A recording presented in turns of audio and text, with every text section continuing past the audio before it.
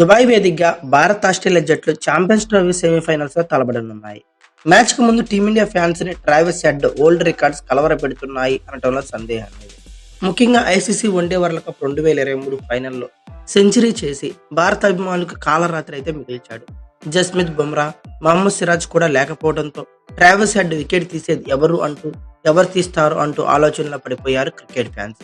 Champions trophy 2025లో Bharat Aussies మధ్య జరిగే మొదటి సెమీఫైనల్స్ భారత కాలమానం ప్రకారం మధ్యాహ్నం 2:30 దుబాయ్ ఇంటర్నేషనల్ క్రికెట్ స్టేడియంలో ప్రారంభం అవుతుంది.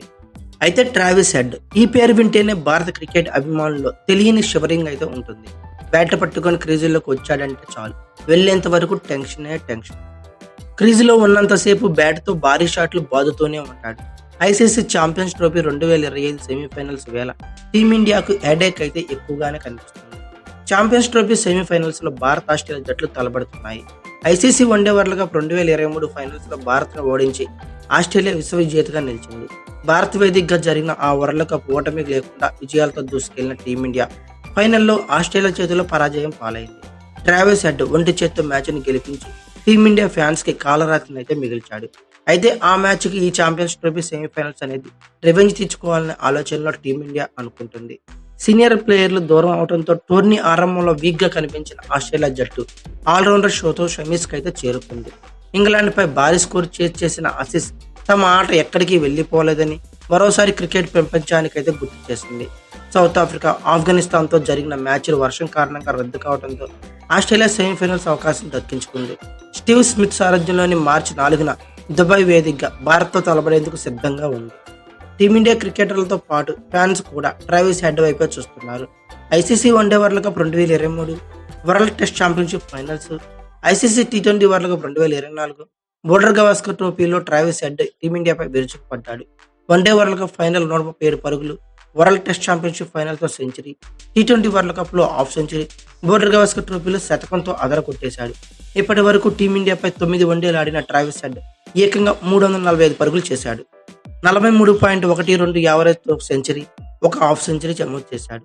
టెస్టుల్లో 27 మ్యాచ్లు ఆడిన ట్రావిస్ హెడ్ 1163 పరుగులు చేశాడు.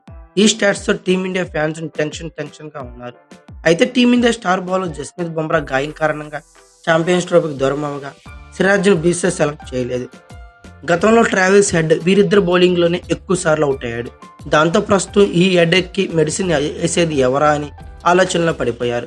గ్రూప్ స్టేజ్ లో టీమిండియా తన చివరి మ్యాచ్ న్యూజిలాండ్ తో ఆడి విజయం సాధించిన విషయం అందరికి తెలిసిందే.